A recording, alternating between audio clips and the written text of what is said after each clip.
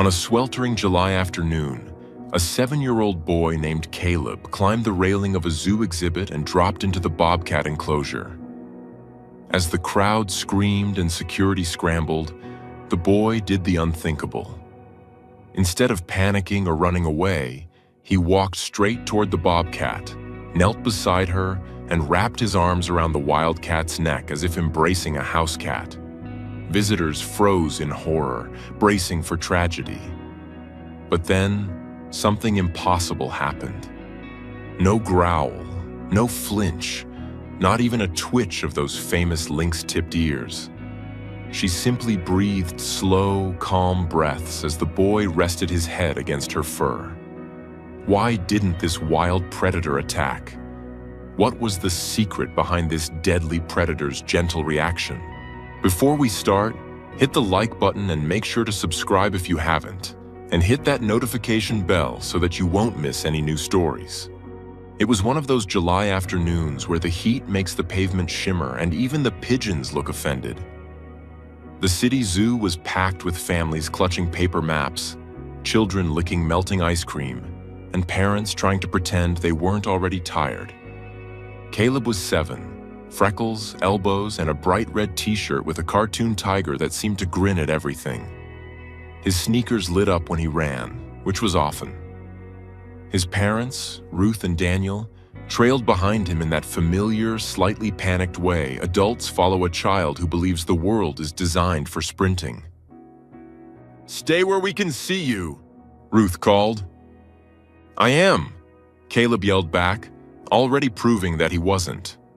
When they reached the North American wildlife section and the sign that read Bobcat, Caleb slowed like he'd hit an invisible wall. He pressed his hands to the railing and stood on tiptoe.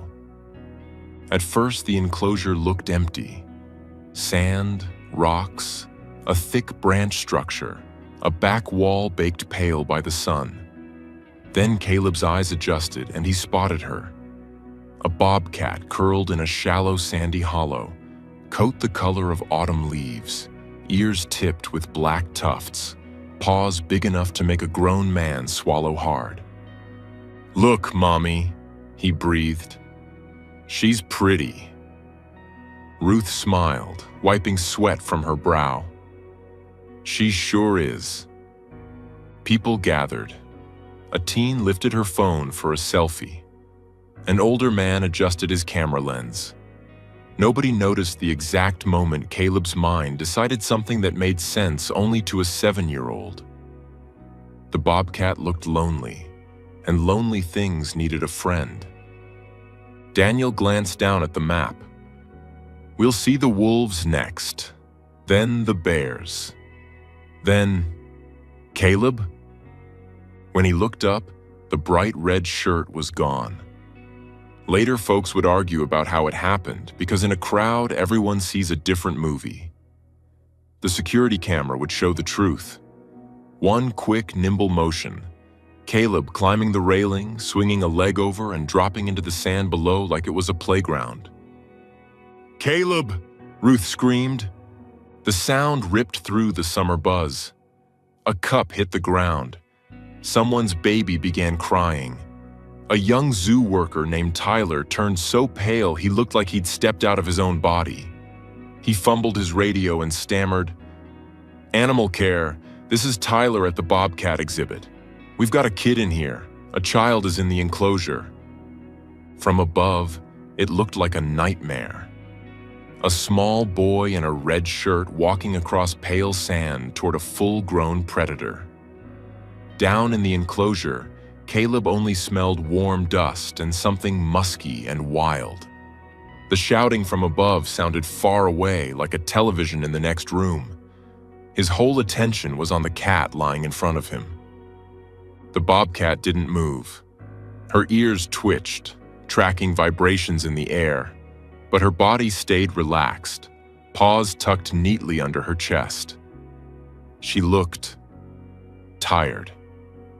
"Hi," Caleb said, the way he greeted the neighbor's old tabby. He took another step. Someone gasped. Another visitor grabbed their toddler and backed away from the rail. Tyler's voice shook through the radio. "The cat is in the open. Repeat, the cat is in the open." Caleb reached the bobcat and knelt down as gently as if he'd practiced on stuffed animals his whole life. "It's okay," he whispered. "I'm nice." Then he wrapped his arms around her neck.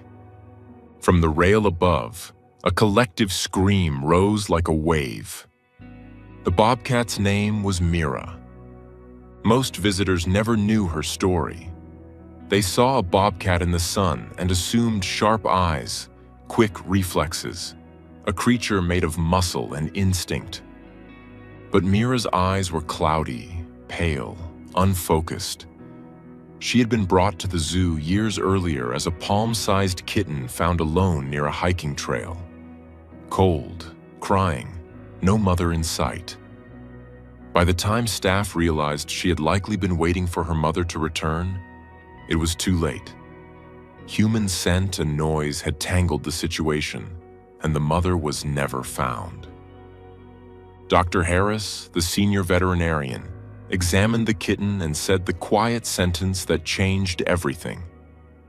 "She's blind, congenital. She'll never see." A blind bobcat can't live safely in the wild. She can't hunt well enough, can't avoid danger, can't read the world the way bobcats must. So she stayed. Keepers bottle-fed her, padded corners, arranged branches so she could learn her space by touch. Mira learned the rhythm of familiar footsteps, the clink of keys, the sound of food sliding into a bowl. In her world, comfort arrived on human hands. So when Caleb dropped into her enclosure, smelling of sunscreen and cotton candy and hot metal railings, Mira didn't see a threat. She heard soft shoes on sand. She felt a small body kneel beside her. Then she felt two warm, trembling arms around her neck. Careful, not crushing. If she had been a wild bobcat raised in the woods, instinct might have answered first. But Mira's instincts had been shaped by years of gentle routine. She breathed in, slowly out. Caleb pressed his cheek into her fur like he belonged there, and Mira rumbled a deep sound that made several adults flinch, until someone with knowledge whispered the word that sounded like a miracle. "That's a purr." The first keeper to arrive at a run was Arthur, broad-shouldered and sunburned, a man who'd worked carnivores for 20 years. He had known Mira since she was smaller than a pair of gloves. He took in the scene in one trained sweep. Child-hugging bobcat, bobcat calm, crowd frozen into a ring of terrified faces. Beside him came Dr. Harris and the zoo director, Evelyn, who moved with the calm authority of a woman who'd spent her life juggling emergencies while keeping her voice level. "We've got darts," someone muttered. "Tranquilizers, the usual answer to danger." Arthur shook his head. "Not yet. A dart could startle her. A startled bobcat, blind or not, can slash without meaning to."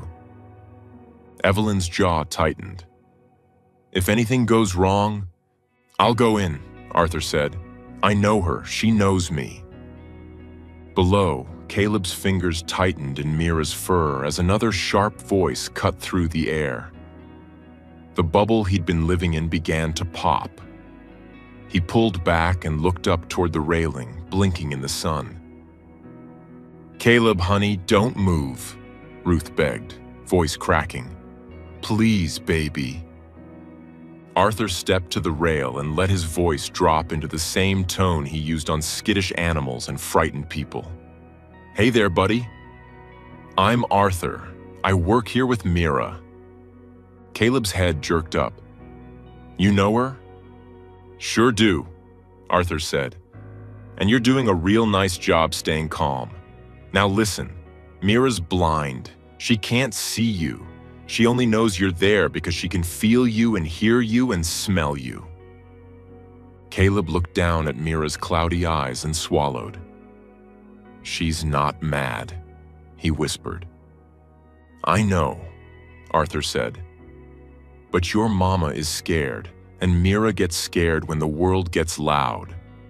So I need your help."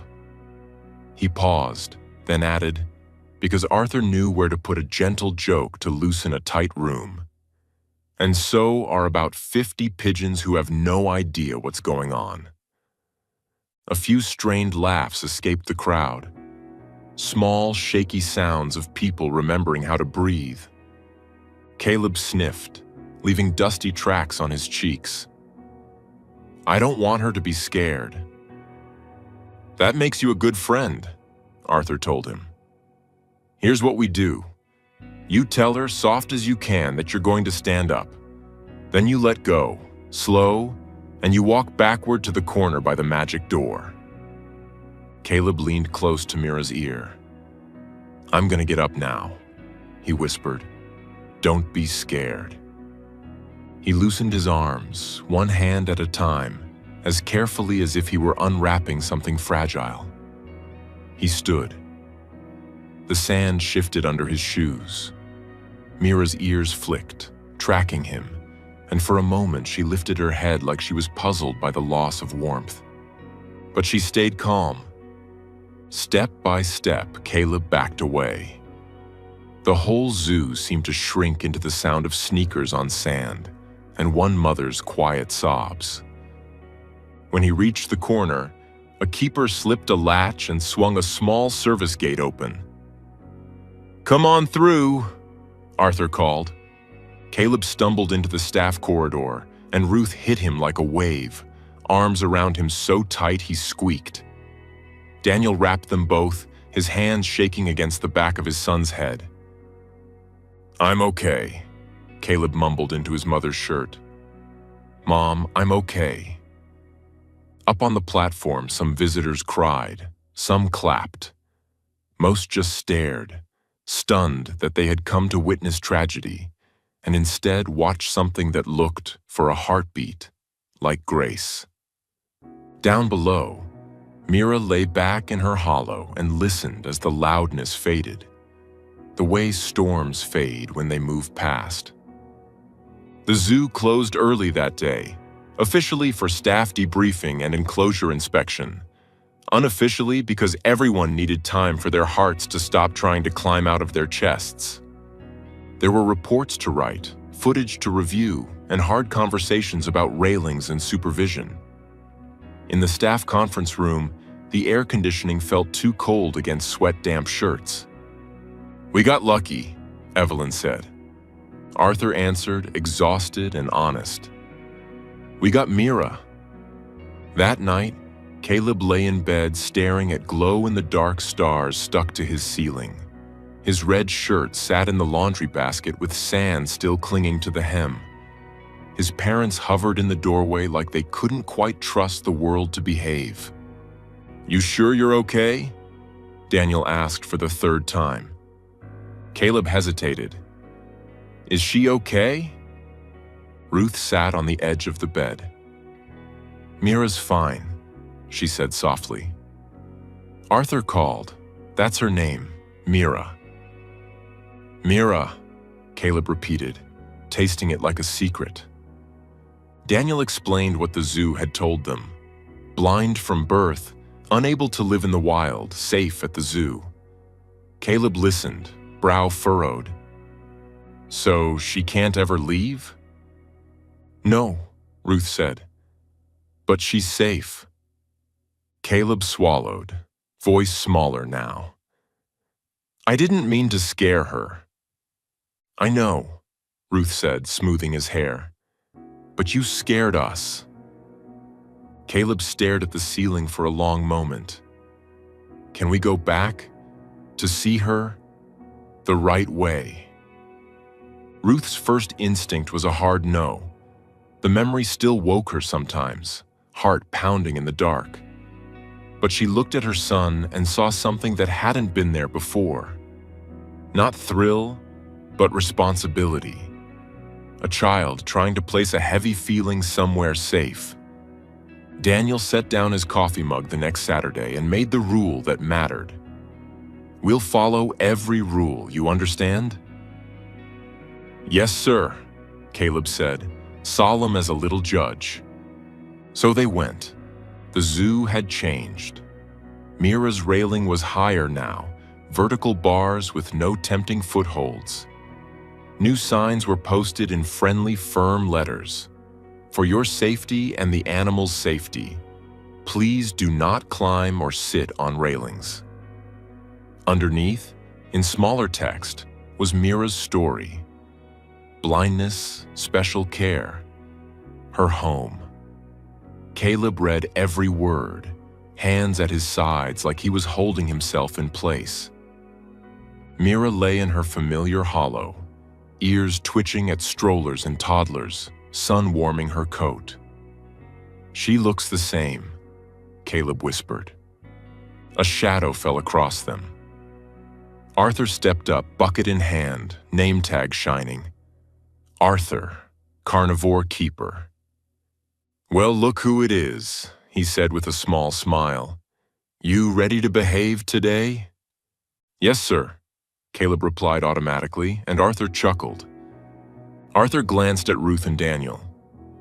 If you want, we can arrange something. A safe, behind-the-scenes visit. Special cases. He looked at Caleb. I'd say this qualifies. A week later, they walked through a staff-only gate into a world that smelled less like popcorn and more like hay, clean citrus disinfectant, and animal musk. Arthur stopped at Mira's holding area and laid out rules like a man who had once lived through a day he never wanted to repeat. No fingers through mesh, no sudden movements.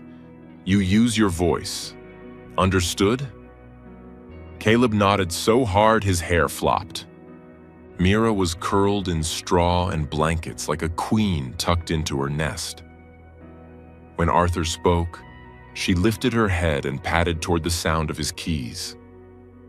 Up close, Caleb could see the softness around her muzzle and the pale haze in her eyes. Hi, Mira, he whispered. Mira paused, ears rotating toward him. She turned her head, not quite at him, but toward the warmth of his voice.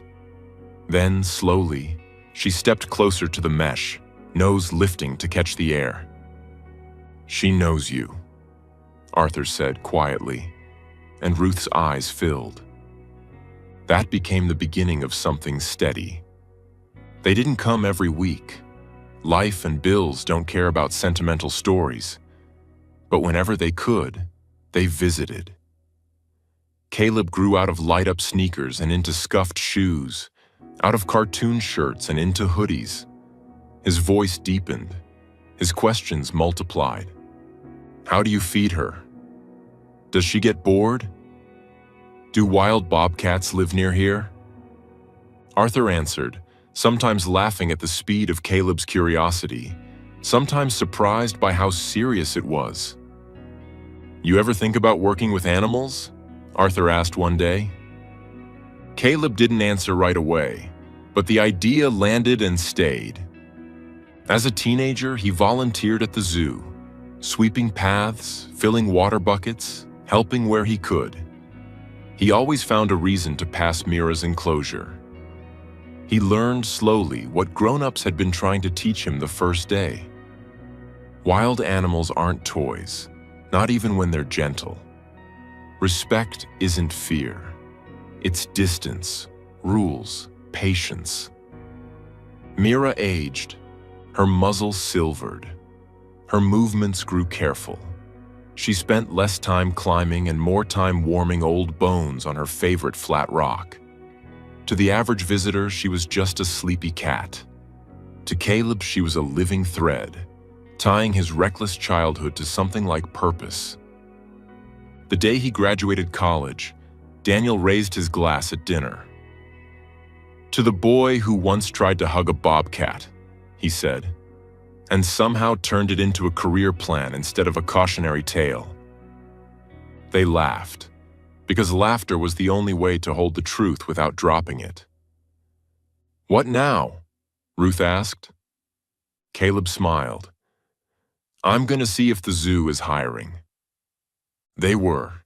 There were applications and interviews and the humbling reality that everyone starts at the bottom.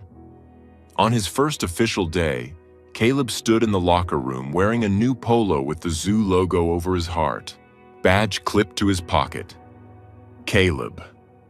Animal care. He touched it like he was making sure it was real. Arthur clapped him on the shoulder. Ready to work for real? Yes, sir. Arthur handed him a schedule. Good. We've got an old lady to see. They walked the familiar path behind the exhibits. This time, Caleb unlocked the service door himself. Inside, the air was cool and dim, straw fresh, concrete clean. Mira lay curled like a comma, breathing slow. Morning, girl, Arthur said. I've brought you a surprise. Caleb stepped forward. Hey, Mira, he whispered. Her ears twitched. She lifted her head and sniffed, sorting through the scents of straw and disinfectant and metal food dish until she found the thread she wanted.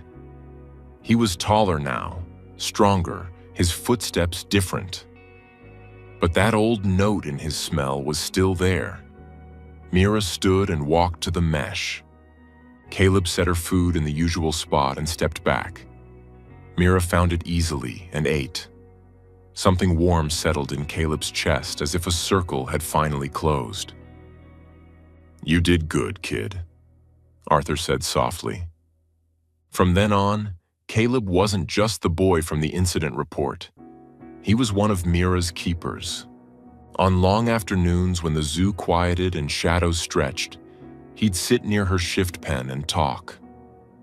Sometimes about work, the paperwork, the tourists who tapped glass, the endless chores. Sometimes about the small joys, the moment an injured owl flew again, the way otters tumbled like children. And sometimes he said nothing at all, just listened to Mira's deep, steady breathing. Mira often lay as close as she could to the mesh, pressed along it as if the warmth of a familiar human was part of her comfort the way sun and sand were. Years passed in the quiet way they always do. One ordinary day at a time. And then, one autumn, Mira began to fade. She slept more, ate less. Blood work hinted at kidneys that were tired of doing their job. The vet team adjusted everything they could. Diet, fluids, pain relief. They also began the private conversation every good animal care team eventually has. When treatment becomes prolonging, and when kindness looks like letting go. Caleb carried that knowledge like a stone. He brushed Mira's coat in slow strokes and warmed her food so the smell might tempt her. He adjusted blankets to support her aging body. He told her stories in a voice that tried to stay steady. Thank you for not panicking, he whispered once, forehead against the cool mesh. Thank you for trusting me when I didn't deserve it.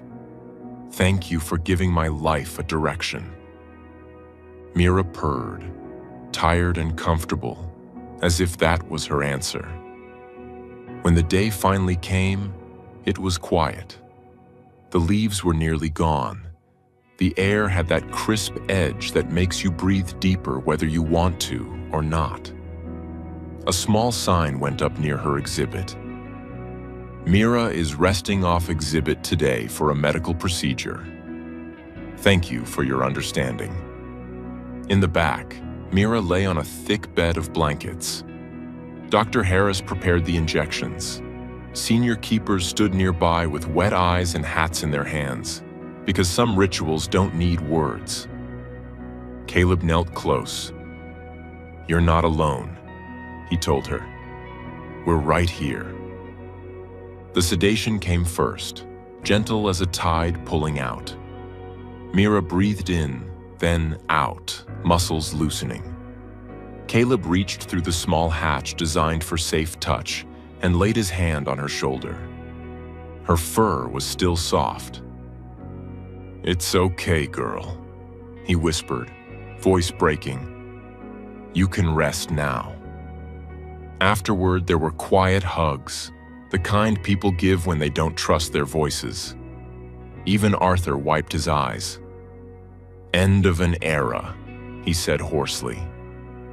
A few days later, the zoo placed a memorial sign by the Bobcat enclosure with a photo of Mira and words that tried their best. Blind from birth, loved the sound of familiar voices, changed thousands of visitors in ways they never expected. People stopped to read. Some wiped tears they didn't fully understand. Children asked questions. Parents answered as gently as they could. For a time, the enclosure sat empty, sun still painting the rocks gold every afternoon. Caleb still walked past. His steps slowed automatically, his eyes searching for a familiar shape that wasn't there. The ache eased little by little, but it never vanished. A year later, after careful planning, the zoo welcomed 2 rescued bobcat siblings from a rehabilitation center. Orphans raised with minimal human contact, permanent residents because release wasn't safe. Their space was remodeled with more hiding spots and climbing structures. Caleb helped them settle in. He respected their boundaries, their wildness, their bright-eyed suspicion. He didn't try to make them Mira. Still, on quiet afternoons, Caleb sat on the public bench and watched them. He'd hear a child's excited voice. "Look, Mom, a bobcat." "Stay back from the railing," the mother would say, automatic now. "Remember the signs?" Caleb would smile. Because the signs were there for a reason, and because he knew how thin the line can be between disaster and a story you carry for the rest of your life. Years later, with a little gray at his temples, Caleb stood by the bobcat enclosure on another hot summer day. Beside him was his young nephew, also in a red shirt, eyes wide at the lounging cats in the shade. "Uncle Caleb," the boy asked, "did you always know you wanted to work here?" Caleb chuckled and rested his hands on the railing, firmly on the safe side this time. "No," he said, "but when I was about your age, something happened that changed everything." "What happened?" Caleb looked out at the sand and the rocks, and the spot where, once upon a time, a blind bobcat had lain while a foolish, tender-hearted boy tried to give her a friend. "Let's just say," he answered, "I got a little closer to a bobcat than anyone ever planned. And instead of ending in tragedy, it ended in a lifetime of trying to be worthy of trust." The boy went quiet, thinking hard in that serious way children sometimes do. Behind them, an older couple shuffled up, leaning on canes, fanning themselves with maps. "Look at that," the woman said softly. "A bobcat." Her friend chuckled.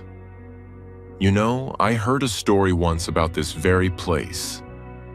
And the story, changed a little with every telling but steady at its heart, kept on going. About fear turned into care, about a blind wildcat who trusted, and about how one reckless moment can bend a life toward purpose if you let it.